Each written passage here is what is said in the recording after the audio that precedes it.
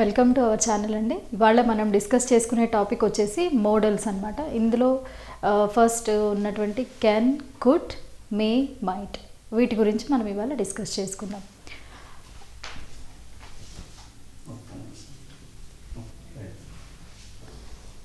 So can, could, May, might ఇవి present form and దాని యొక్క పాస్ట్ ఫామ్స్. ఫస్ట్ మనము కెన్ అనేటువంటి వర్డ్ గురించి చూద్దాము. కెన్ అనేటువంటిది బేసికలీ మనకు capacity,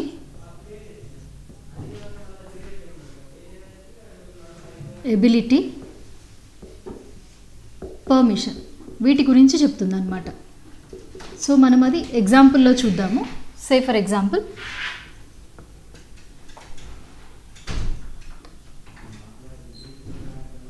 I can swim across the river.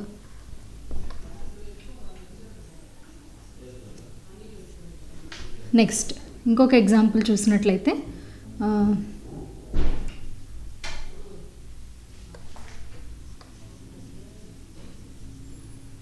I can cook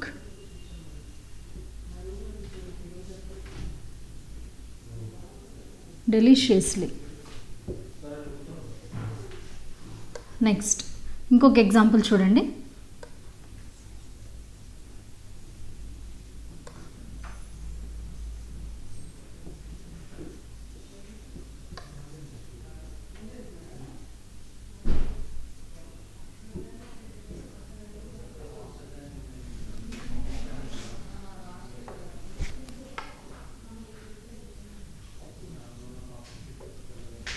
can you lift that box? ఇక్కడ చూడండి. అఫ్ కోర్స్ కెన్ అనేటువంటిది సెంటెన్స్ మొదట్లో వచ్చి ఇది ఒక క్వశ్చన్ ఫామ్ చేసింది, బట్ స్టిల్ ఇక్కడ I can swim across the river అనేటువంటిది నా యొక్క ఎబిలిటీని చూపిస్తుంది. I mean I can do that, అది నేను చేయగలను అనేటువంటిది.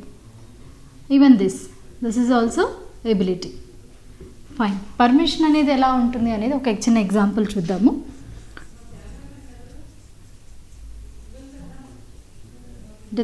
The teacher said, you can go now. అంటే ఇక్కడ this sentence means the teacher has permitted the child to go. Child వెళ్ళొచ్చు అని టీచర్ పర్మిషన్ ఇచ్చారు అన్న ఉద్దేశంతో. So basically can denotes ability, capacity and permission అనమాట. సో ఇందులో కెన్ అనేటువంటిది ఏదైతే ఎబిలిటీ ఇలా చూపించింది కదా, సో ఒక చిన్న చేంజ్ చేయడం వల్ల మనము కెన్ తోటి we can form negative sentence. I mean negative sentence అనేటువంటిది మీకు ఇంతకుముందు క్లాస్లో చెప్పినప్పుడు నేను చెప్పాను, నాట్ అనేటువంటిది యాడ్ చేయడం ద్వారా నెగటివ్ సెంటెన్స్ ఫామ్ చేయొచ్చు అని. చిన్న ఎగ్జాంపుల్ చూడండి.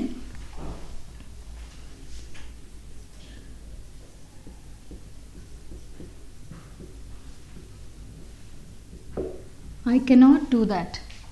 ఈ కెనాట్కి షార్ట్ ఫామ్ వచ్చేసి కాంట్ అండి. సో ఇలా కూడా రాయొచ్చు మనం, ఐ కాంట్ డూ దట్. మనం కెనాట్ అని చెప్పే అవసరం లేదు, కాంట్ షార్ట్ ఫామ్ యూజ్ చేయొచ్చు. So next, it cannot be true. అది నిజం అయి ఉండకపోవచ్చు. సో ఇలా నాట్ అనేటువంటిది, క్యాన్కి నాట్ అనేటువంటిది యాడ్ చేయడం ద్వారా మనము నెగటివ్ సెంటెన్స్ని ఫామ్ చేయొచ్చు అనమాట. సో మనకి నెక్స్ట్ ఉన్నటువంటి వర్డ్ వచ్చేసి మే. మే అనేటువంటిది మనకి బేసికలీ ఏం చెప్తుంది అంటే, ఫస్ట్ ఇన్స్టెన్స్ వచ్చేసి అండి, మే అనేటువంటిది మనకు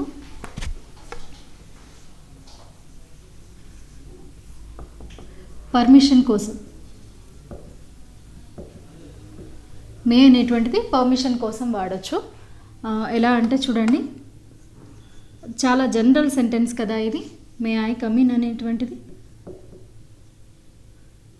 మే ఐ కమ్ ఇన్ అంటాం కదా. So here we're asking permission, మనం పర్మిషన్ తీసుకుంటున్నాం.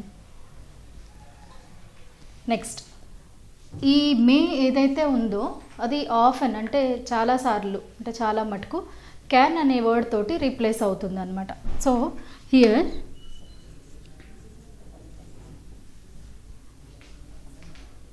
మే ఐ గో అన్నాం అనుకోండి, this you can use can also. Can I go or may I go. Okay. Next, may I eat this can be replaced by can also. Can I eat? Okay. So often may is replaced by can also. అంటే మనం can చెప్పుకున్నప్పుడు చెప్పాం కదా, అది కూడా permission కోసం use చేసే word అని. So ఇలా రీప్లేస్ చేసుకోవచ్చు అనమాట. నెక్స్ట్ మే అనేటువంటిది ఇంకా ఎప్పుడు యూజ్ చేస్తాము అంటే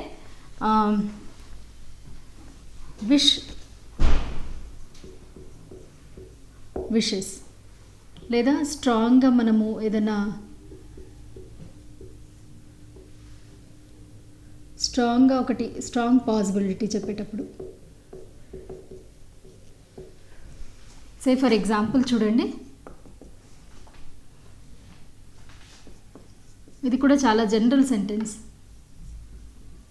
మే గాడ్ బ్లెస్ యూ అంటాం కదా.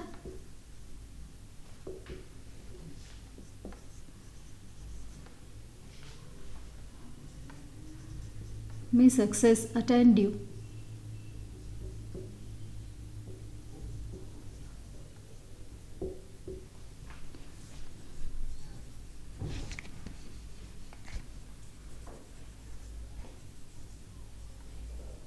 May you always prosper.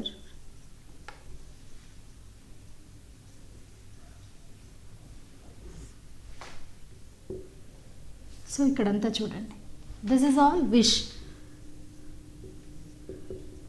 I'm wishing for somebody అంటే నేను వేరే వాళ్ళ కోసం విష్ చేస్తున్నాను అని, కోరుకుంటున్నాను అన్న ఉద్దేశంతో వస్తుంది అనమాట మే అనేటువంటిది. సో అంటే ఇక్కడ మీరు ఇవి చాలా జనరల్ సెంటెన్సెస్, కానీ మనము మేని ఎక్కువగా నోటీస్ చేసి ఉండకపోవచ్చు. సో మే యొక్క రెండవ ఉపయోగం అనేటువంటిది ఇలా చేస్తాం అనమాట, విషెస్లో చేస్తాము. నెక్స్ట్ వచ్చేసి మనము నియరింగ్ అంటే మనం ఫ్యూచర్ కోసం మాట్లాడేటప్పుడు కూడా మేని యూజ్ చేస్తాం. అంటే ఫ్యూచర్ గురించి ఏదైనా మాట్లాడాలి, చెప్పాలి అనుకున్నప్పుడు. ఎగ్జాంపుల్ చూడండి,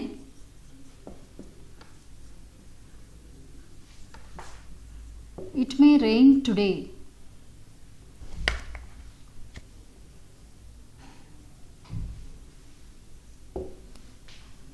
అంటే ఇవాళ వర్షం పడుతుండొచ్చేమో అన్న ఉద్దేశంతో నేను చెప్తున్నాను. ఇట్స్ లైక్ అ పాసిబిలిటీ, అంటే పడుతుండొచ్చేమో, పడే అవకాశం ఉంది కదా అన్న ఉద్దేశంతో మనం చెప్తున్నాం. నెక్స్ట్ సెంటెన్స్ చూసినట్లయితే he may come. He may come today or tomorrow, you can write. He may come tomorrow. అంటే ఇక్కడ కూడా ఐఎమ్ గెస్సింగ్ ద ఫ్యూచర్, అంటే నేను ఫ్యూచర్ గురించి గెస్ చేస్తున్నాను, అతను రేపు రావచ్చు అన్నటువంటి ఉద్దేశంతో నేను ఇక్కడ మే అనేటువంటిది యూజ్ చేయడం అనేటువంటిది జరిగింది. ఒక చిన్న కంపారిజన్ మనం చూద్దామండి, కెనాట్కి తర్వాత మే నాట్కి. మే కూడా మే నాట్ అనేటువంటిది యూజ్ చేయొచ్చు. మనము మే నాట్ అనేటువంటిది యూజ్ చేసి ఈవెన్ నెగిటివ్ సెంటెన్స్ లాగా ఫామ్ చేయొచ్చు అనమాట. మరి కెనాట్కి మే నాట్కి చిన్న డిఫరెన్స్ ఉంటుంది, అదేంటి, చాలా మైన్యూట్ డిఫరెన్స్, అదేంటో చూద్దాం మనము. సేమ్ ఎగ్జాంపుల్ తీసుకుందాము.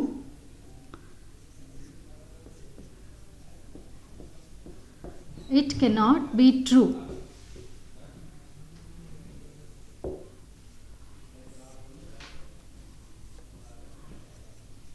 It may not be true.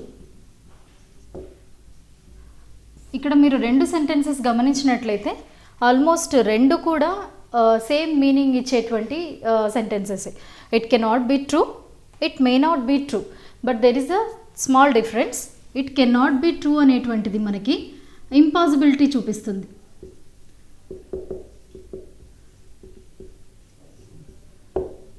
ఇక్కడ మే నాట్ అనేటువంటిది ఇంప్రాబబిలిటీని చూపిస్తుంది. అంటే ఇక్కడ చూడండి, ఇట్ కెనాట్ బి ట్రూ అంటే ఖచ్చితంగా అది నిజం కాదు అనేటువంటి గట్టి ఇదితోటి నేను చెప్తున్నాను. ఇక్కడ it may not be true అంటే probably it may not be true అంటే అది నిజం కాకపోవచ్చు, అంటే అది నిజం కాదు అన్న అనుమానం నాకు ఎక్కడ ఉందన్నమాట. So probably it's not true అనే ఉద్దేశంతో it may not be true అనేటువంటి సెంటెన్స్ నేను యూజ్ చేయడం జరిగింది. సో ఇలా చిన్న డిఫరెన్స్ తోటి ఈ రెండు వర్డ్స్ని మనము యూజ్ చేయొచ్చు.